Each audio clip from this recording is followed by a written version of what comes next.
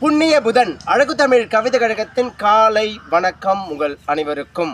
என் உறவுகளே, மீண்டும் மீண்டும் அழகு தமிழ் கவிதை கழகம் ஒரு பதிவின் மீது பயணம் கொள்கின்றது என்றால் அது எதற்காக என்று தினம் தினம் நான் சொல்லும் விதம், நீங்கள் செவிகளுக்கு கேட்கும் விதம், உங்கள் வாழ்க்கையை மாற்றும் விதம் ஒரு துளியேனும் பெருகி இருந்தால் பெருமகிழ்ச்சியே. என் உறவுகளே, வாழ்க்கை என்பது நம் நினைத்தது கிடைத்தது, எதிர்பார்க்காததும் நடந்தது, எதிர்பார்த்ததும் நடந்தது, நினைத்தது முடிந்தது, நினைக்காததும் முடிந்தது.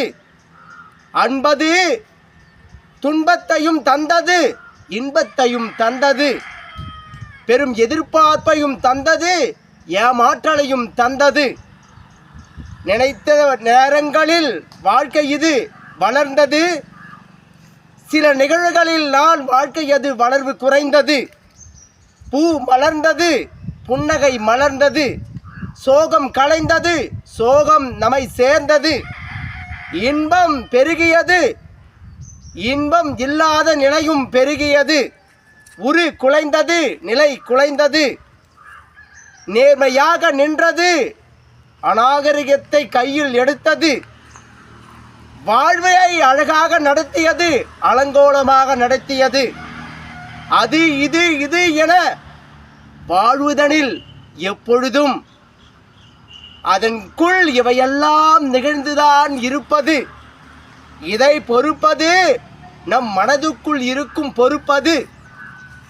ஏன் இந்த கவலை இது என்னை வாழ விடாமல் சென்று கொண்டிருத்தது என்று நீங்கள் நினைத்தது பெரும் குழப்பத்துக்குள் உங்களை அமரச் செய்தது.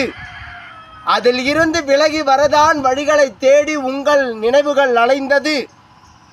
அழகான நினைவுகளோடு வாழ்வது வாழ்க்கை அது. இது யாவரும் கற்கும் நல்ல பாடம் அது. இதில் சிறந்து விளங்கதான் வாழ்வது, வாழ வேண்டும் என்பது உங்கள் கடமை அது. பிறப்பது இறப்பது இதற்குள் இருப்பது, இருந்தும் நம் வாழ்வது வாழ்ந்த அடையாளத்தை நிலைநாட்டுவது என்பது நாம் இந்த மண் பரப்பின் மீது பிறந்ததற்கு வேலையானது. அதுவே உங்களின் வாழ்வை ஏற்றுவது, தாழ்த்துவது என்ற நிலைக்குள் உங்களை புகுத்துவது. என் உறவுகளே, தினம் தினம் புதுமை அது நிகழ்ந்து கொண்டுதான் இருக்கும். இது வாழ்வியது. கொள்ளும் நினைவுகளை உங்களுக்குள் எடுத்து கொள்வது உங்களிடம்தான் உள்ளது. அழகது வாழ்க்கையது, வாழ்வது உங்கள் கையில்தான் உள்ளது. என் உறவுகளே, உங்கள் கையில்